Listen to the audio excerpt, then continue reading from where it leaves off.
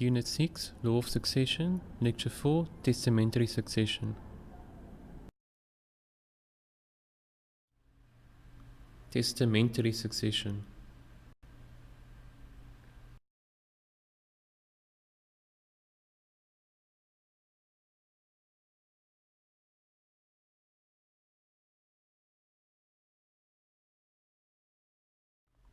If a person passes away without a valid will in place, we said interstate succession will take place, but one of the most important parts, what is the importance of having a valid will in place? You can choose your heirs and beneficiaries, the persons that inherit from your estate. You choose the trustees in a testamentary trust. You can nominate your executor, the person that winds up your estate. You can negotiate a fee. You can provide special instructions and directions regarding the distribution of your estate.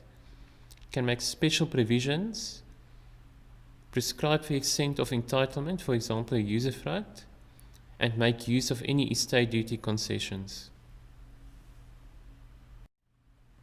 Here we have a list of specific definitions with regards to the Wills Act. All of these definitions are in your Fundamentals of Financial Planning textbook on page 447 and page 448. What are some of the formalities to execute a valid will? It must be signed on every page by the testator, person that drafted the will, either by making a mark, a thumbprint, or a cross. If a testator is unable to sign the will, they may appoint someone to sign on their behalf, but this must be in the presence of a testator. A will also has to be witnessed by at least 2 competent witnesses on the last page, and this must be signed in the testator's presence, or they must acknowledge the testator's signature. And who is competent to draft a will must be at least 16 years of age, mentally capable of appreciating the nature and effect of the act, and burden of proof rests on the person making the allegations. Can a defective will be declared valid by a court?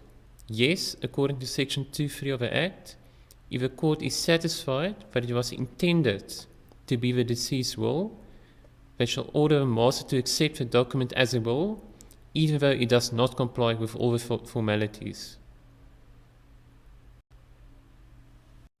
Who can and cannot benefit under a will?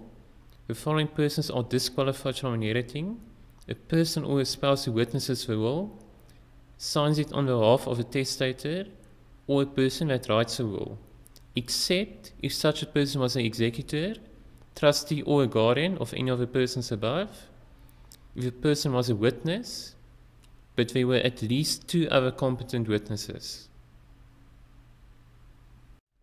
If an individual renunciates a benefit to inherit under a will, their benefit will go to their surviving spouse and descendant. Should their descendant also renounce a benefit, that benefit will accrue to the surviving spouse, provided that the descendant is not a minor or mentally ill. This is according to section 2C1 of the Wills Act. According to section 2C2 of the Wills Act, if a descendant has died before the testator, renunciates the benefit, or is disqualified to inherit, their benefit will automatically go to the beneficiary's descendants.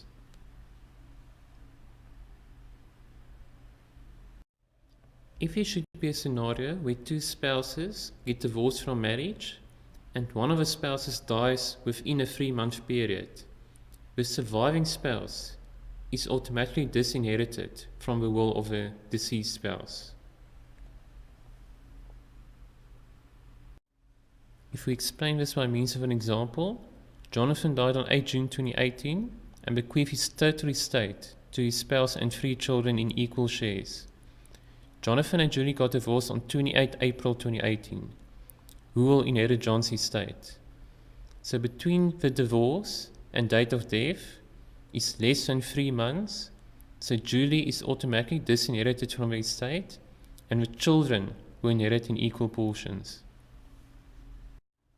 What if Jonathan died on 8 November 2018? Since the date of divorce, which was 28 April 2018, this is longer than a 3-month period, So in this case, Julie and the 3 children will inherit from his estate in equal shares.